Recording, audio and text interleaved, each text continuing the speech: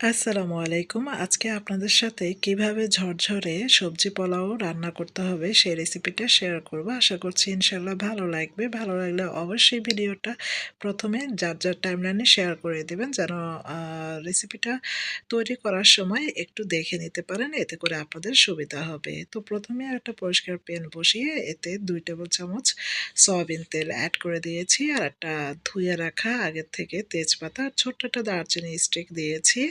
আর এখানে প্রায় হাফ কাপের মতো পেঁয়াজ কুচি দিয়েছি। অবশ্যই প্রতিটা জিনিস আগে ধুয়ে নিতে হবে। আর এখানে ১ চা চামচের মতো ঘি এড করে দিয়েছি। আপনারা ইচ্ছে করলে শুধু ঘি দিয়েও খাবারটা তৈরি করতে পারেন। তবে সয়াবিন আর ঘি তেল এই ২ টা এড করলে খুব সুন্দর একটা ফ্লেভার আসে। যখন পেঁয়াজটা এরকম বাদামি করে ভাজা হয়ে যাবে তখন এখানে আগে থেকে কেটে ধুয়ে রাখা গাজর, পেঁয়াজ পাতা আর মটরশুঁটি আ দিয়ে দিলাম প্রায় ১.৫ কাপের মতো। দিয়ে একটু নেড়েচেড়ে মিলিয়ে নিচ্ছি পেঁয়াজের সাথে। আর আপনারা আপনাদের পছন্দ মতো সবজি এখানে এড করতে পারেন। আর আমি এখানে আজকে পোলাও চাল আর সবজির পরিমাণে লবণ এড করে দিয়েছি টোটাল ১ টেবিল চামচ।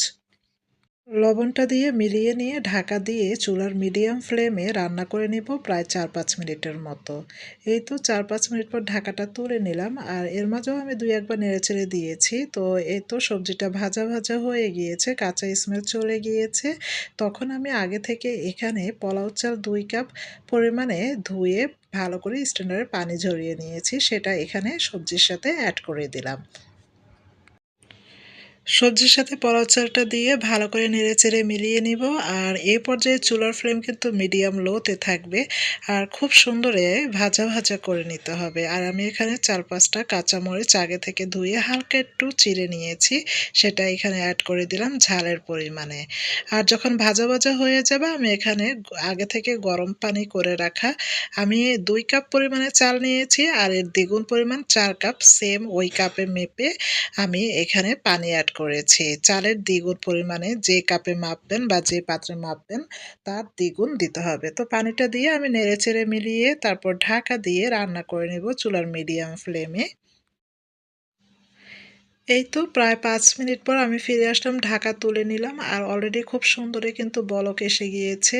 আর চালটাও ফুটতে শুরু করেছে। তাই একটু নেড়েচেড়ে দিলাম যেন সমানে প্রতি জায়গায় খুব সুন্দরে এই চালটা হয়ে যায়। তো ঢাকা দিয়ে আরও প্রায় আমি ২-৩ মিনিটের মতো অপেক্ষা করেছি। আর দেখেন অলরেডি কিন্তু চালের গায়ে, গায়ে পানিটা চলে এসেছে। এ পর্যায়ে কিন্তু চুলার ফ্লেম কমিয়ে দিতে হবে। এরপর আমি সবশেষে আরও ২ টেবিল চামচ ঘি এখানে এড করে দিব। আর শেষে ঘিটা এড করার চেষ্টা করবেন। এতে করে খুব সুন্দর ফ্লেভার আর এই পোলাও বা বিরিয়ানির টেস্ট অনেক গুণে বেড়ে যায়। তো এই তো ঘিটা দিয়ে আমি ঢাকা দিয়ে রাখবো যেন স্মেলটা খুব সুন্দরে ছড়িয়ে যায়। প্রায় আমি ৫ মিনিটের মতো দমে রেখে দিব একেবারে চূড়ার লো ফ্লেমে। এই তো এখন চলে আসলাম, দেখেন কি সুন্দর ঝরঝরে এই সবজি পোলাওটা হয়েছে। যেমন ঝরঝরে হয়েছে তেমনি খেতেও কিন্তু মাশাআল্লাহ আলহামদুলিল্লাহ খুব টেস্ট হয়েছে। আশা করছি আমার এই ভিডিওটার রেসিপি শুরু থেকে শেষ পর্যন্ত আপনারা যদি টিপস অ্যান্ড ট্রিকস গুলো ফলো করে রান্না করেন ইনশাআল্লাহ আপনাদের পোলাও হবে এত সুন্দর। তো আজকে এই পর্যন্তই। আল্লাহ হাফিজ।